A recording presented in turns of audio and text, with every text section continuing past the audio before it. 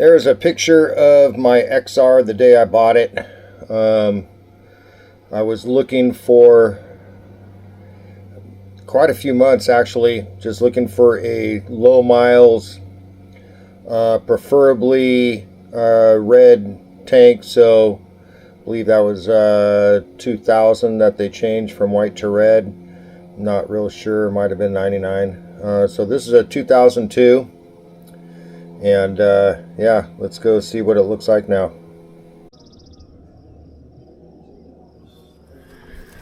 Okay, so ordered a bunch of parts for it.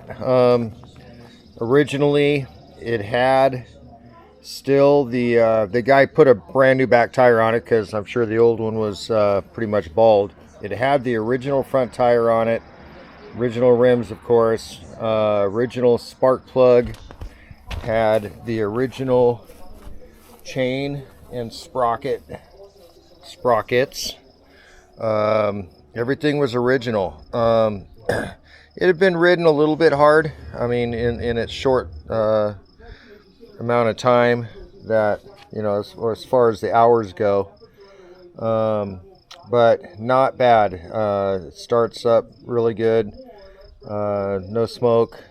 And so the one thing it did come with that was modified from stock, and I think about the only thing, was a power up kit.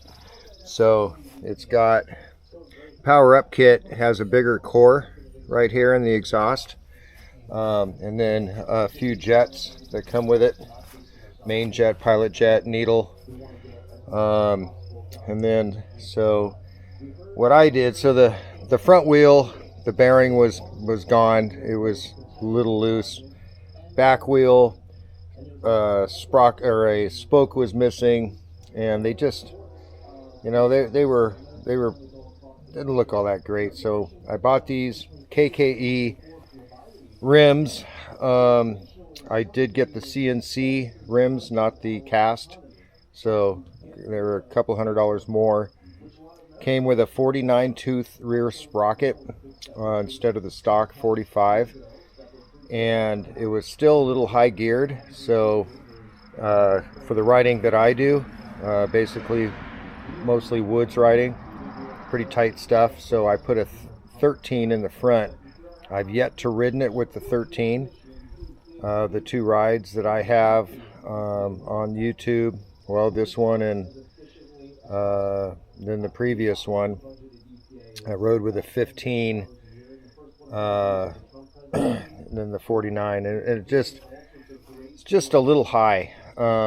Second gear is just a little high for the tight stuff. First gear, same thing for when I'm stopped and some tricky stuff. So we'll see how it goes. Tomorrow we have a 60-mile ride, annual Talachi to Bayview ride, and there's some pretty technical stuff on it, so it's going to be interesting. So anyways, stuff I've added. I added the rims, pegs. Big difference between the stock, yeah, the stock pegs are just terrible, but these, my feet keep really planted on the pegs, really nice. Shifter, a few little bling things. Really important though was the bars and the riser. Big difference. I couldn't ride woods with the stock bars. There's just no way. I'm 6'1", long limbs, just wouldn't have worked for me, and I stand up most of the time.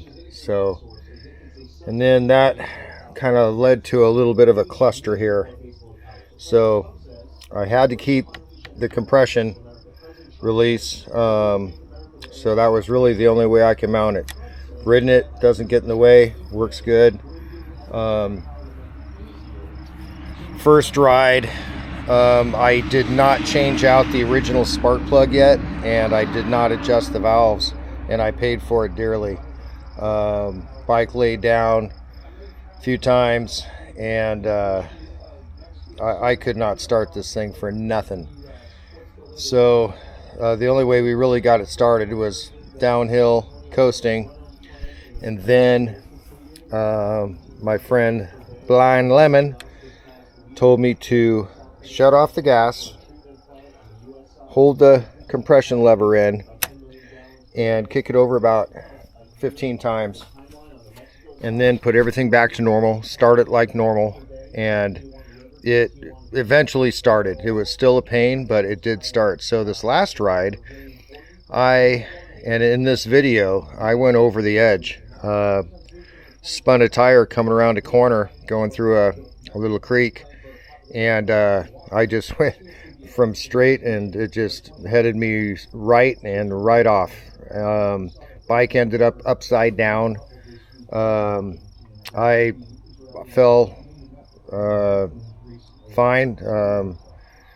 I'm pretty good at crashing, so no scratches, no bumps, no bruises, nothing, even though it was a pretty dramatic crash. And got it back up. Took 4 of us. Luckily we had a strap to get it back up, and so I went through the routine, started right up. So the valves were out. The exhaust, I think, was tight by 1/1000ths, and the intake was loose by 1/1000ths. And then I put the new plug in. The old plug did not look good, and I'm sure it was the original plug. So anyways, yeah, she runs like a charm. I really like it. A little heavy, of course. It's not nearly as nimble as my Sur-Ron, and it's taken some getting used to with the foot brake instead of the hand brake. So 2 things I would like to do to this eventually is possibly put an electric start on it, and then the other thing would be to somehow get a rear brake on it, rear hand brake. Don't know if it's going to be possible, but anyways, the reason why I bought this bike is, one, I just didn't have, 12,000-13,000 to buy a newer bike, or even 8 or 9, get a couple-year-old bike. And to tell you the truth, I really wanted something simple. This is air cooled, it's not water cooled, very few electronics. You just have the CDI, that's it. But next winter I plan on heading south with my box truck and my trailer, getting out of North Idaho and heading south so I can keep riding all winter, and just kind of start doing a little semi-retirement thing. But I really just want to stay in shape and keep riding all winter. So that's why I bought this. It'll be great in the desert, great on double track, great on single track, just kind of a great all-around bike. I did my research, and this was the bike that I came up with as far as just a great all-around bike that is simple, pretty much indestructible. So anyways, yeah, I really like it. So anyways, yeah, so the video that's accompanying this one is from last weekend, and we tried to get to the top of a trail here, and we got turned back because of the snow. So the ride was kind of short, but it was pretty eventful. Another thing I added was a shark fin on the rear, and I'll be putting one on the front here soon as well. And then I plan on keeping just the stock exhaust. These things are a little bit finicky when you start changing that stuff, so it runs great. It does not hiccup at all. So yeah, so anyways, I'll start it, and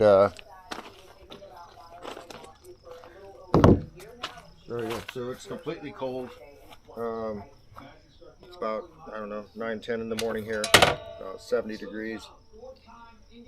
And so I noticed after I adjusted the valves and changed the spark plug, it likes to go to full choke. Before it was middle. Usually it's been starting. Second kick.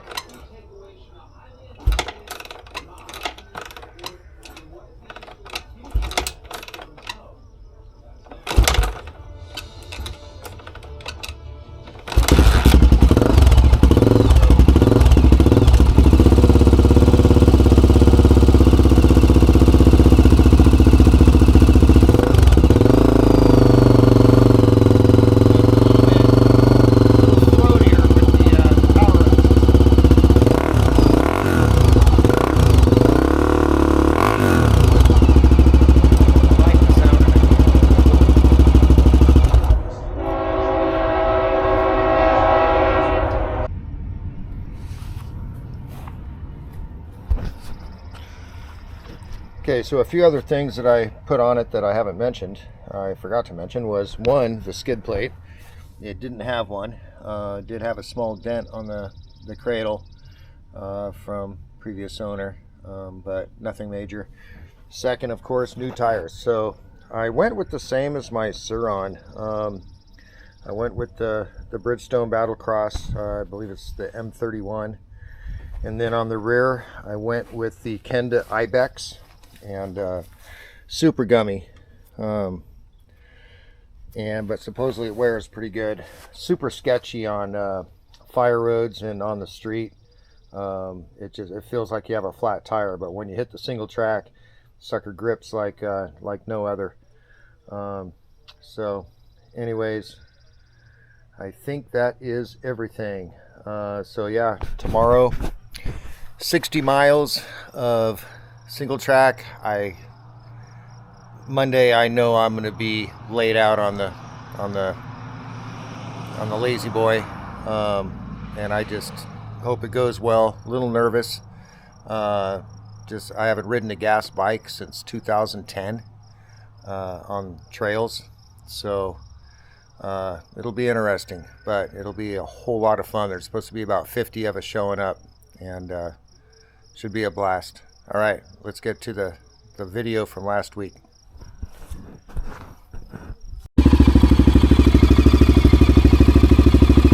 All right, well, second wood drive on the XR.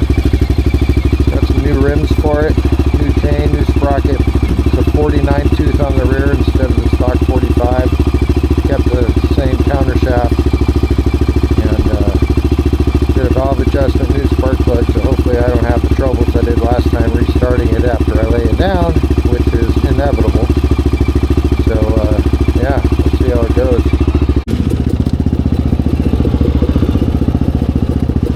Now these are some pretty trick bikes. 250 with loose rear brake lever. Pretty nice. I think everybody has them, except for me. That's alright. I'll ride my 23-year-old bike.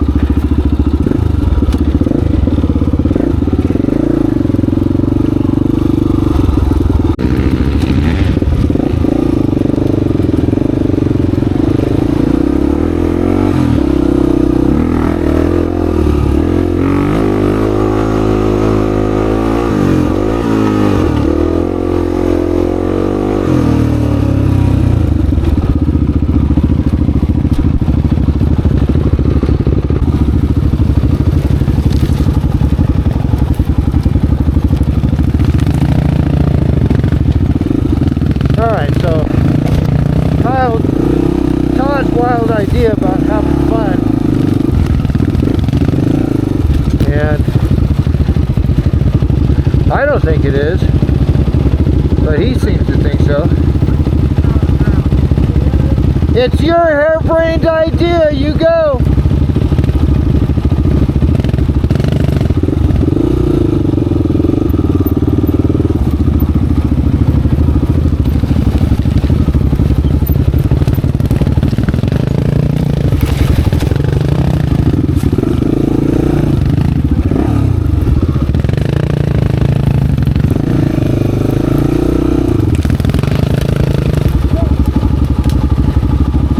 Oh, Todd, you're too funny.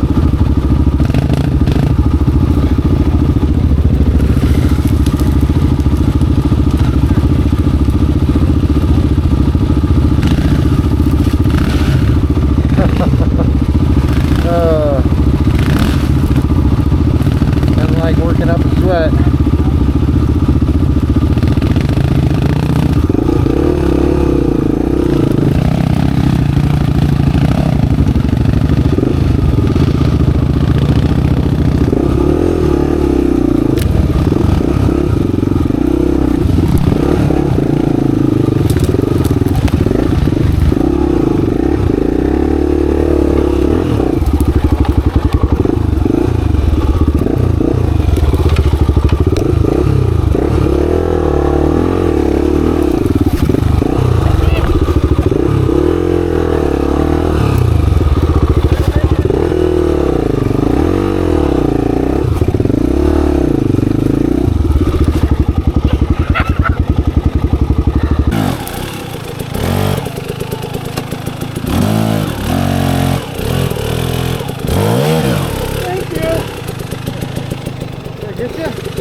Yeah? On purpose for taking us on this somewhat of a trail. Steve loves this trail. No, I don't. Yeah, you do.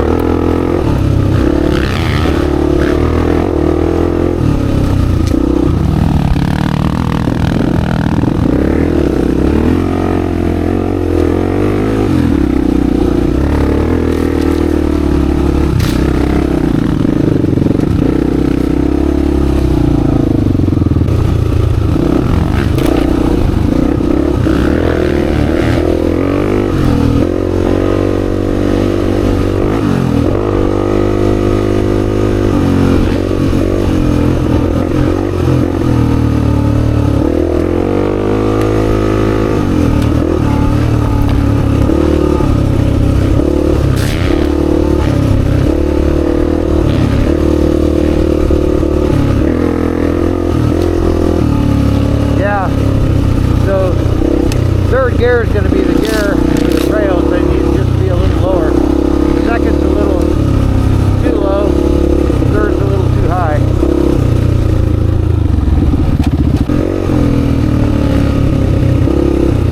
So the rear, the Ibex,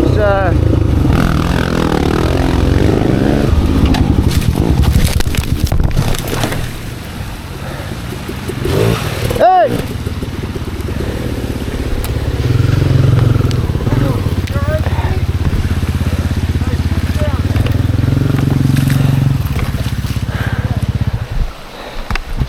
This is going to be fun. How'd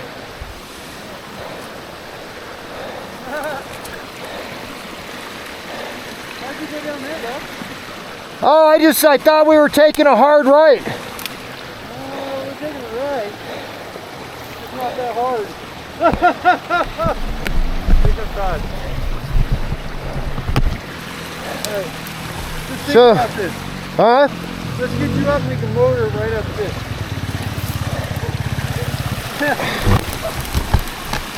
Okay, turn the gas off for me, please. Where's that? Right there. No. Okay, I think if we get your front tire here and we get Todd, we can kind of. Okay, and I have a rope. Okay. So Let's, oh no. oh, bummer. 20 bucks. No biggie. Hold on. Yeah, we're gonna need it. Okay. We gotta, let's get the rub before we go any further. Okay. Pull my rain jacket out. And maybe we're gonna need to kick it into neutral. Pull my rain jacket out. Okay. Cool, bro.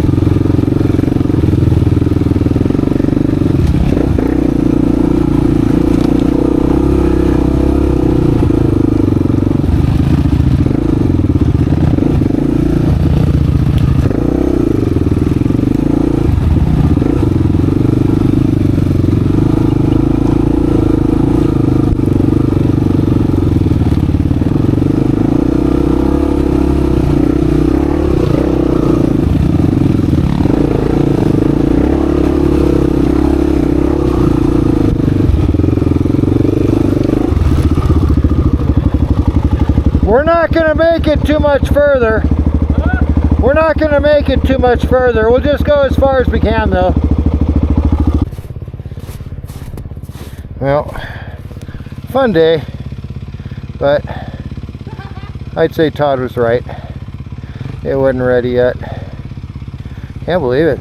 Third weekend of May. And we had some pretty warm weather there for a while.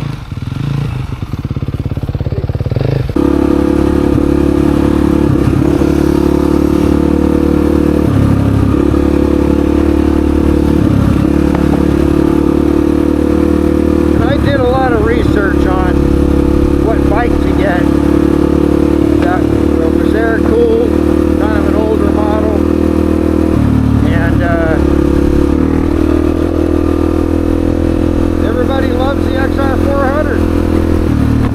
Didn't quite know how it was going to do, and then, you know, with the semi-technical trail riding that I do. But this thing does great.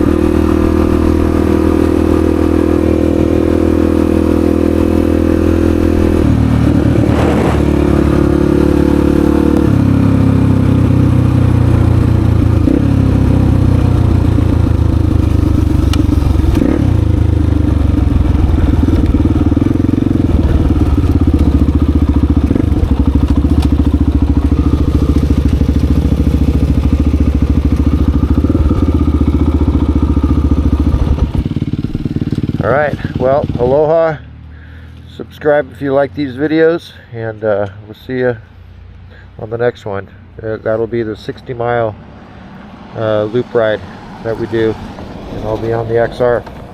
Alright.